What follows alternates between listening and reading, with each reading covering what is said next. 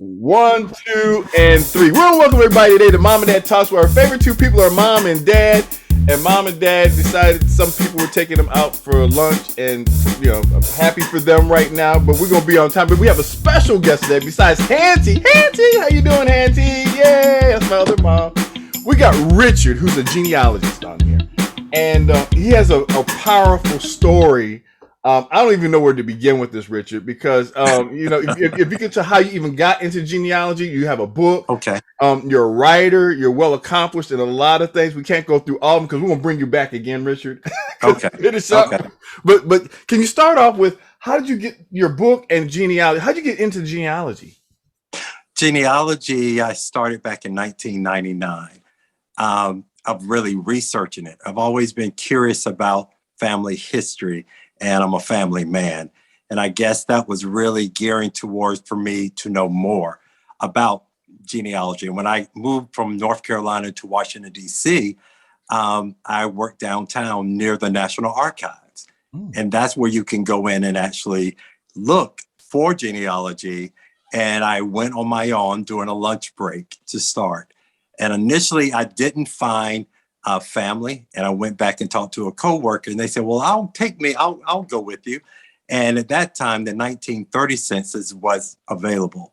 And when we went back and I gave him the information of my grandparents, North Carolina, where they live, he went to the census record and showed me how to find the information, the state, the county, and this town.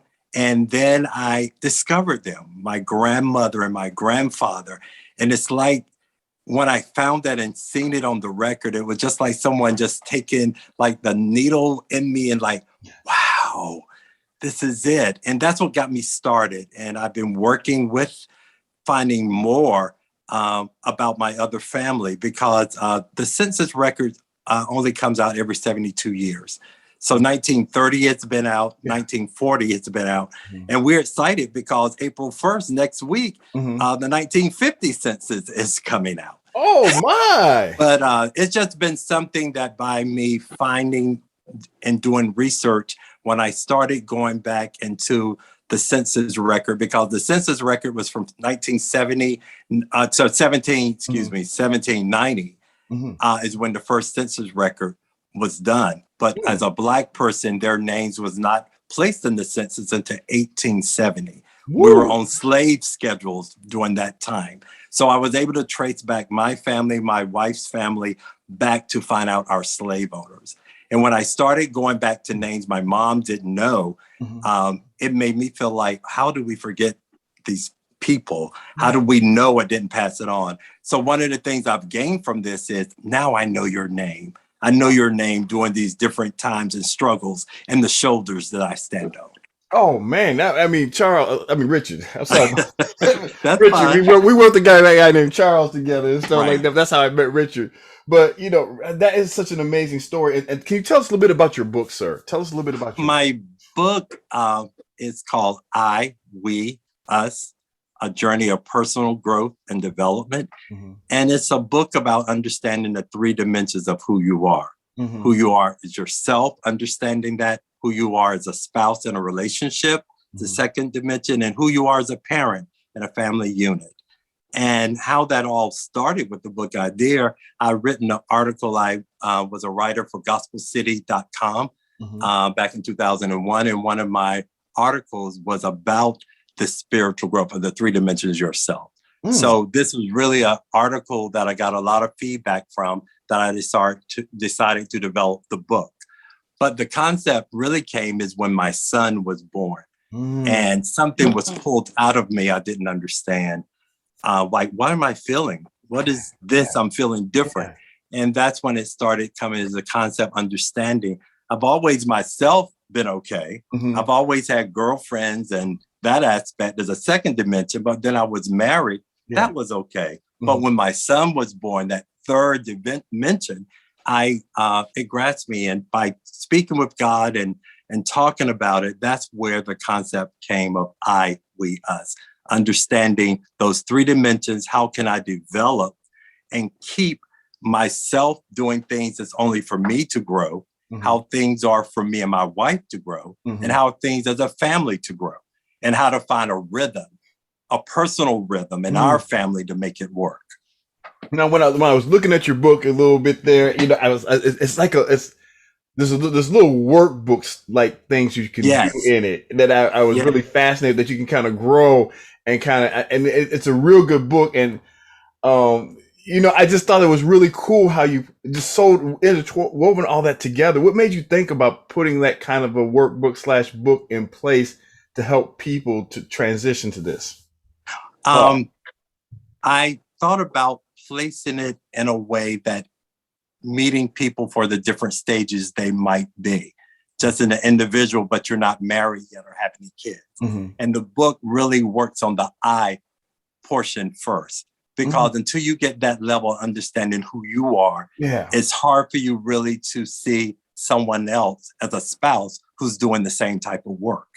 Because once you move within that and understanding that, you can move to the next level of the we and understanding how this is a mutual thing that we have to have in our marriage, that word, in order to understand mutual vision that we have through life and be on one accord. And if you both have someone that's mutually understanding about who you are as a marriage, you could be mutually to understand about being a parent, what's going on to work with that. And that's the core of trying to, and the book, I have it in order for you to write notes about what you learned from the experience. I've had different people to pass it on to other people because it depends upon what stage you are. And then there's some people who said they read the book and came back 5 years later to see have they grown or not in different areas. So it's been a lot of different feedback, and I try to get it in the hands of young people, maybe in high school or college or young couples, because I think if they can understand and grasp what they can tweak and get the concept, I think it helps them to develop that personal rhythm and not look like the Joneses. What is your personal rhythm to stay focused on your relationship? I mean, that's wonderful. Hantie, I think you want to say something here real quick. I know you're cooking dinner over there. How could you tell? I didn't raise my hand or anything. But this is so new and so eye-opening. Wow. Surely it has to have 25 segments. This is the first of 25, because in just these few short moments, I was thinking, where was he in 1969 when I got married? I mean, and picking out a father for your children is so very important. I know it now, but I'm done. Yes. But it would have been nice to have. It would have, and then here again, would I have listened? Would I have been able to absorb what you're telling us now? We got to know that we're living in the right age. Yes. For us, it's all designed for us. And I just came from church, so I might be a little bit full today. But when I look back and I know I feel full well that I chose the right man for my kid's father. Yes. But how important was that? Did I know that? Did I pray for that? Or was it just in my destiny to pick that? Would I like to know whether now I would like to know, how far back in slavery do I go? Or did my father's, relatives go? But I probably should have done some studying so I could ask that pertinent question that is burning in my heart that cannot come out with my lips right now. But we don't hear of genealogy so much. Well, not in my it's not in a positive light. is you're going to deposit with genealogy with us. And Richard, I want you to talk a little bit about the situation with your father, why genealogy is important. If that's okay, sir. You got to listen to this quote. Start me there. Yeah, it's one of the things. I was raised as by a single mom. I didn't know my father. My father had left by the time my mom was pregnant with me. I had just known his name. I knew where he was from. So basically, that was something I didn't know from that standpoint. And one of the things that always, I think, is curious, especially a male, wanting to know your father. But I had a lot of other supportive male figures. But what God blessed me to do is when I turned 30, was able to have me when I was married with my wife. And we was able to go and find my father's family and later my father. And one of the things, it was a breakthrough there because he lived in California. They lived in Indiana. And I found my uncle, his oldest brother. And what he had done is call my father, and I didn't know. And we met my uncle, my first cousin. Their family was sitting in their kitchen. I'm not kitchen, their space and visiting. And my cousin's wife came from the kitchen and said, "Richard Jr., Richard Sr. would like to speak to you." And when she said that, I was like, we drove all these miles. It was like a 10-hour drive from North Carolina to Indiana, Indianapolis. And I'm sitting there, and it happened all in seconds, but to me, it seemed like it was slow motion. It was almost like 30 minutes before I got up. And finally went to the phone. And when I said hello, and he said hello, this huge weight lifted off me that I had to pause. And then I went back on and talked to him. I said, the only thing I want to know, are you interested in having an adult relationship with me? We can't go back to the past. And he said, yes. And now that's been 30 years this year. Praise God. Since that time. But what I found out that I didn't know I was carrying, that I felt that weight release, it was denial that I had not know I was carrying, that it didn't matter. It was so with me that I didn't even realize it mattered. But when you're younger and you can't do anything, you just suppress it. So me, what that was, it was emotional healing. And that's what I think genealogy, that goes on, that God started helping me to understand about. This is emotional healing of things that's happened to us in our bodies and life as we're experiencing. I've been in the church, I've been saved spiritually, but things I've experienced are things that I couldn't control.